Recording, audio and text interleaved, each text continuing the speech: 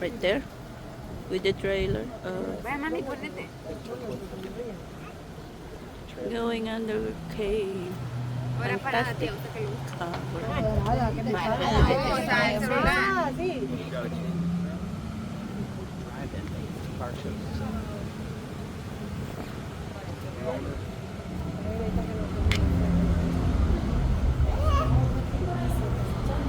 Ew. Going inside. This one.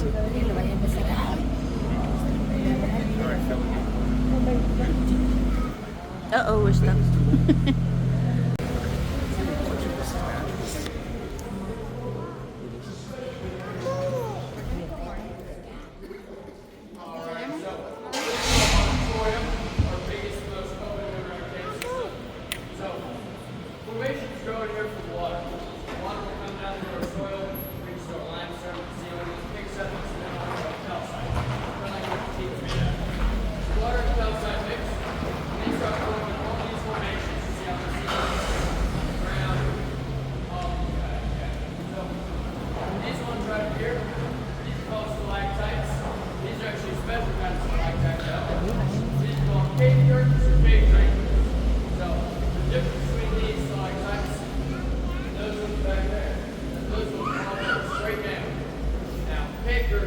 Those grow at an angle. So that's good for that kind of curtain look or that angel wing shape that you guys see there. And then let me grab my light. You'll see that water coming on straight down to this corresponding formation called a stalagmite.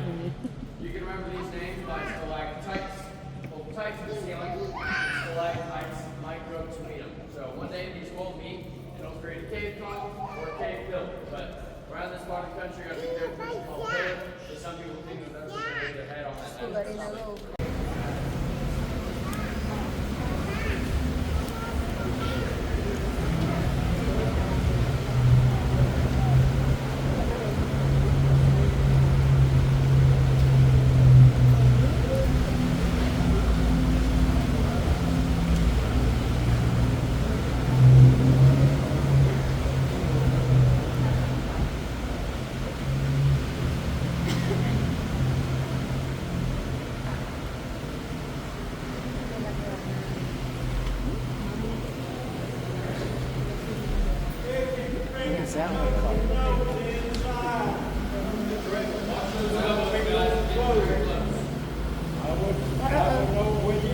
Armpit perfume or not.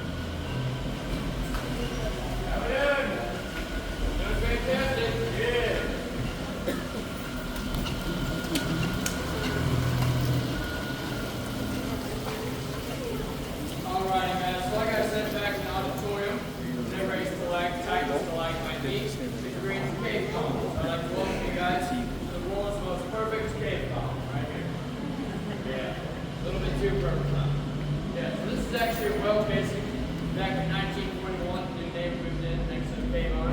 They needed to drill well and find some water. So, did their math, did all their calculations, and they thought electricity was. So they're coming to find out. Yeah, so this is pretty well. So about the early 1970s, we brought in the cave lighting expert. He figured out if you get indirect lighting or theatrical lighting, put it on the ground, shining up, makes a pretty big difference. So you guys could focus on this wall right back here across from me, and you'll see that. And 3, 2, 1. Oh. So, pretty big difference between 1887 to present day now. 1887 now. You guys get it? Yeah. Exactly. So, if you guys have any questions so far?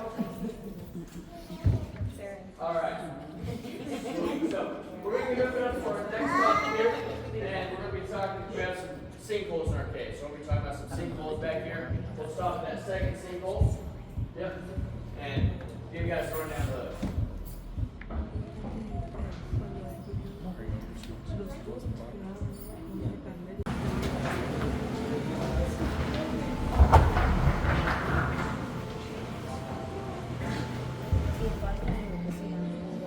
Alright, so it's about a 2-hour documentary talking more about the ecosystem and the wildlife in the cave. Right now we are 120 feet below surface. We're not going down, as you guys can tell. All we're doing is just driving into a hillside. So that surface is raising while we're standing flat. That's also why there's not really many formations back here. It takes a lot longer for that water and calcite to build up to break that limestone to form these formations. So let this play for a little bit, and I'll be back to talk about how the cave was discovered.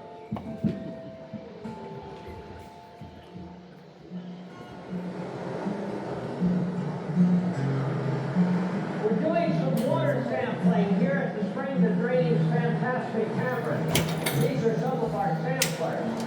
A spring is the drainage point for a cave system. What I want to do today is give you a look at the spring. The flow of the spring today is about 9,000 gallons a minute, and every bit of that goes through fantastic Caverns. About 3/4 of the runoff water in the Ozarks moves into cave systems. We're a mile from the spring here at a vertical entrance into the fantastic system. This is one of the most open sinkholes in the whole fantastic cavern system. It's so open, in fact, that walnuts, the dwarf in here, they go all the way through the cave. I could do without all the drips, I think, but that's the way the water gets in. And of course, that's not only does water get in that way, that's the way food gets in from cave animals and contaminants get in too. I believe the deeps get in some way other than that, though.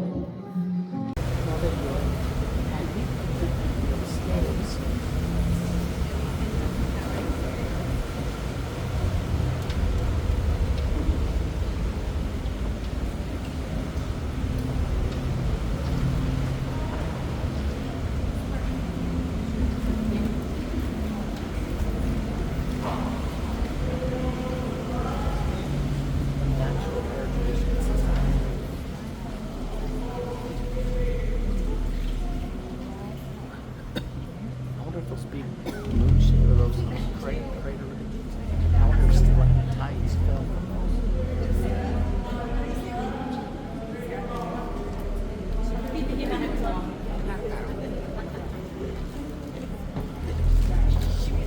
Break checking.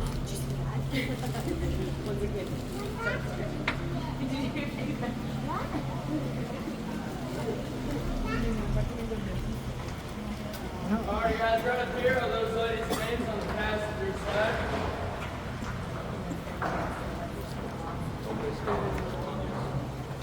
Then also passenger side, make sure you're watching out for this rock over here. Call this headache rock.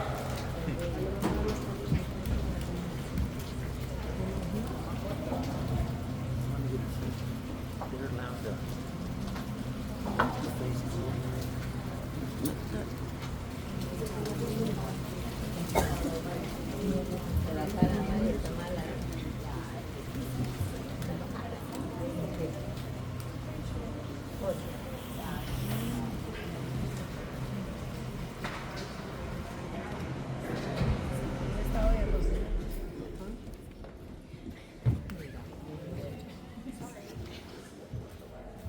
Alright, so like I said, John Knox and Juno discovered this cave all the way back in 1862. And during the 1860s, with the American Civil War, I don't know if you guys know what that is. It's a pretty big war that we had here in America. Yeah, we had the American Civil War going on, and here in Missouri we're a border state, so we had both Confederate and Union soldiers. And what they were doing, they were trying to come to caves like this, not only for shelter, but for what was on the ground, which is back guano and cave soil. So what they would have done, they would have gotten that back guano and that cave soil and something like this called leach and bath.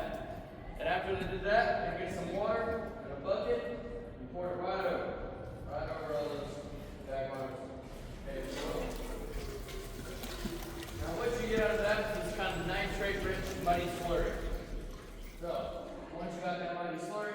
you take it over to a boiling kettle like this one and just pour it in. Now all they're missing is their fire. So this is actually by far the easiest step of this process back then. All they'd have to do is walk right over here and flip this switch. Pretty easy for them back then. Now once you got that going, it was stirred up, throw in some wood ash, and you'd be left with this white crystallized substance called saltpeter. So once you got saltpeter, throw in some potassium nitrate, some carbon, some sulfur, some potash. Stir that up. You guys have any guesses on what that makes? Gunpowder. Gunpowder, that is right. As you can probably imagine, gunpowder was in very high demand during the Civil War. Also very low supply. That's why those soldiers would be coming to caves like this, trying to dig up those different nitrates and minerals.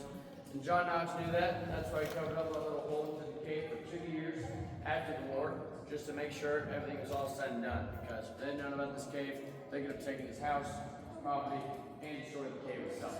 So that's why he's keeping us here for a total of 5 years before he let those girls come in and explore for him. Now, we're going to keep moving down right where those lights are down there, and we're going to have some low.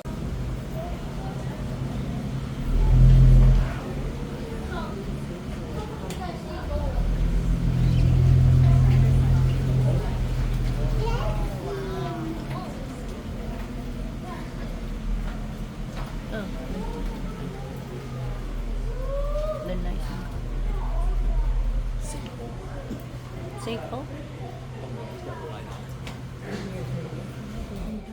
Alright guys, so like I said, our ceiling has collapsed 3 different times in here, and I can show that to you guys. So, right above our heads right here, this is that first breakdown. And that second one right here. And that third one right up here. These 3. Now, we brought in Josh in here, and he told us that this is actually the safest room to be in case of an earthquake. Do you guys believe that? No. You want to test it out? No. Yeah, well the reason I said that is because the way the ceiling collapsed was from that water that was coming through from our cave. Got up to that ceiling level.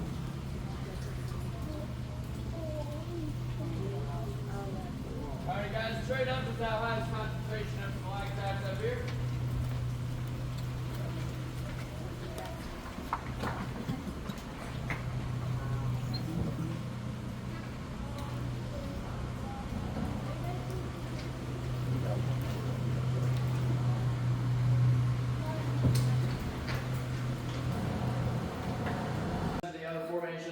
Just because we're not very deep to the surface, just about 20-25 feet. So they grow a little bit faster and a lot bigger.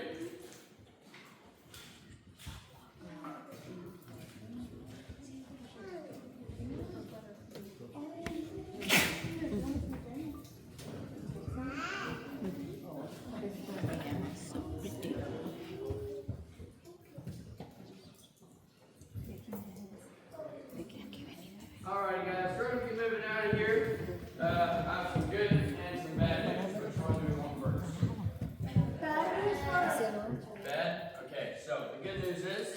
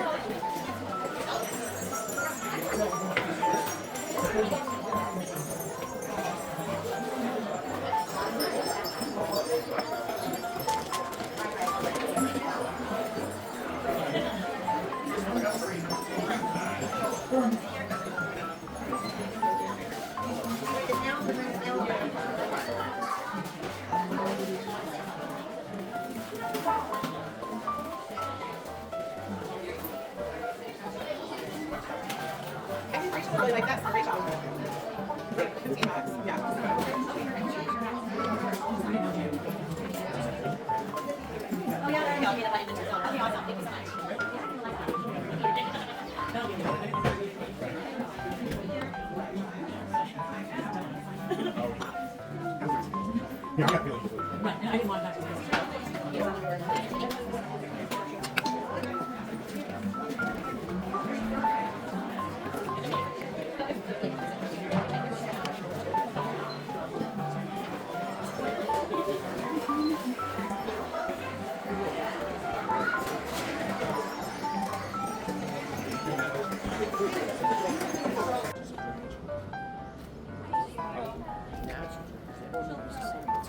What? Oh, yeah.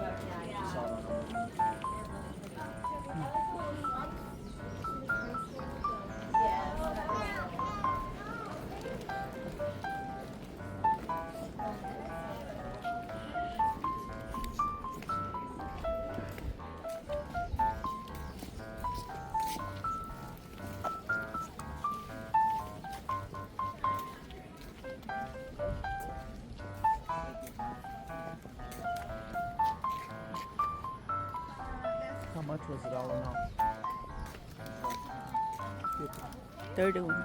31.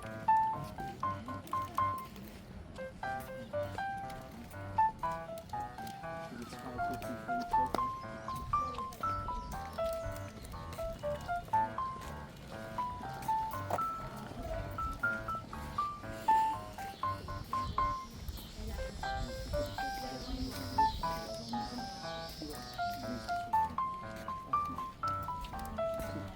Any specific soaps you want to pull out of that? Whatever you want to use.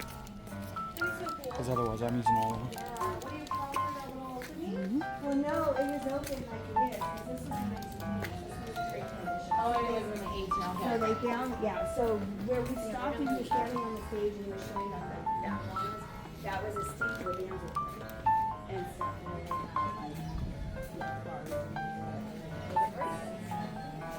And Looks like